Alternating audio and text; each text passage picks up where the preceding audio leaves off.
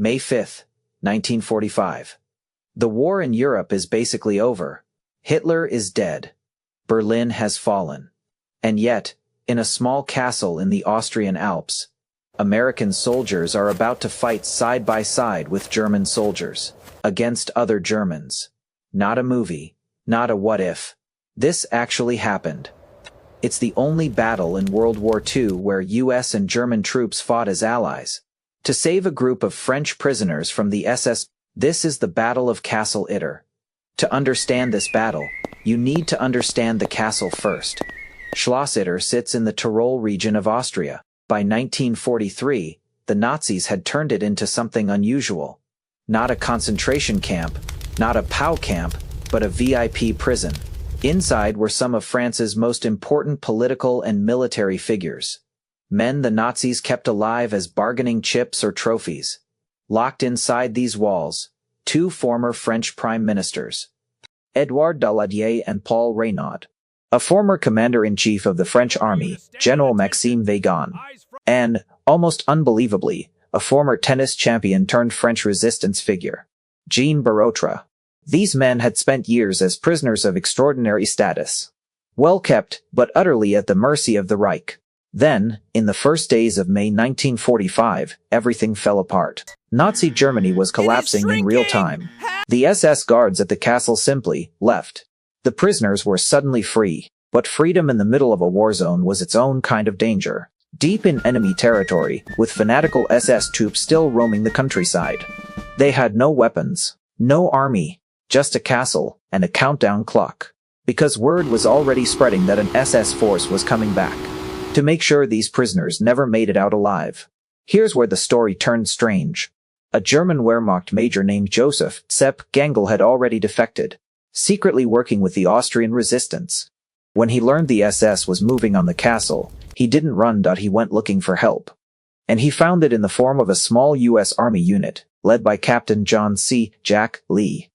Captain Lee had exactly one tank. A handful of men. And he was being asked to defend a castle full of VIPs.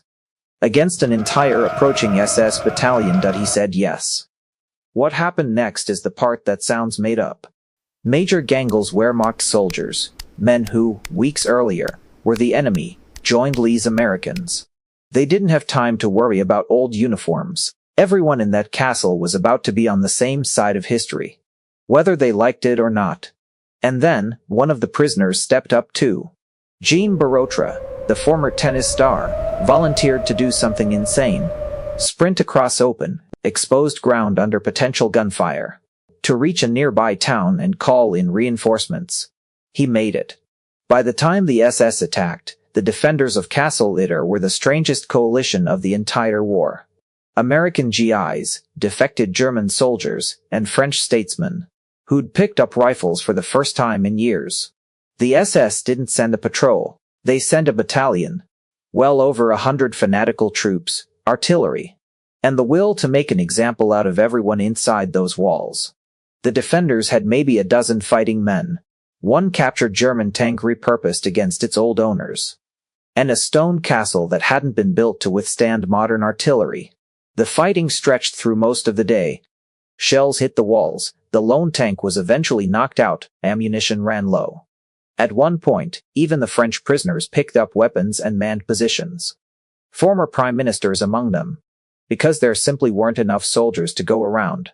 And in the middle of this desperate defense, Major Joseph Gangl was killed, the German officer who chose to protect French prisoners from his own former side.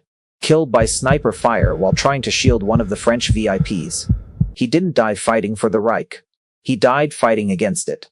On nearly the last day of the war in Europe, the defenders held, barely.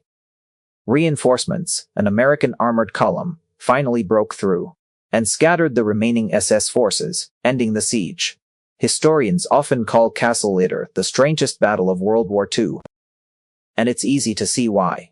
It's the only known battle where American and German troops fought together, in formal cooperation, against a common enemy, during a war built almost entirely on that exact divide.